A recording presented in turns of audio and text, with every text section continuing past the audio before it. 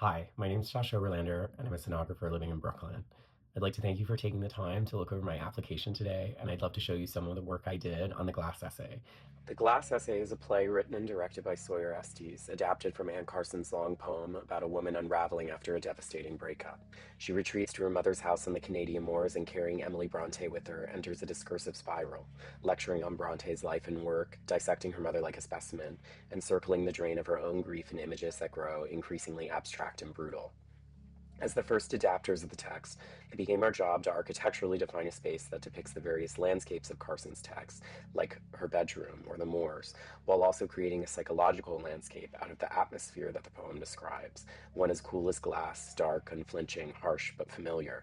We began thinking of the poem as autopsy or lecture on the self, which led us to Victorian natural history museums, where specimens are trapped in glass dioramas for examination. Our set became a scrim vitrine surrounded on three sides by audience. The scrim functioned both as a haze, echoing aspects of the moors, memory, tears, and as a barrier, placing the protagonist perpetually under observation. It also functioned as a projection surface for the protagonist's reel of images as they flicked through her mind and through the text.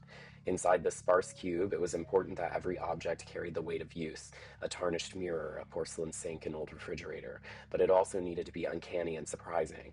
Scenes collided and overlapped, characters drifting through like ghosts, like Emily Bronte entering from the fridge, or a vision of a creature of grief crawling from under the bed, or dried moorgrass pulled from a chest of clothes, nature finally infecting this antiseptic space. Drawing from my own experiences of grief, I created charcoal drawings that became chalk marks on the cube's exterior, the protagonist's mind working itself out like a calculus problem on a blackboard. Together, these elements form Carson's atmosphere of glass, an attempt to trap the audience architecturally in the mental landscape of fragmented grief that Carson constructed with language.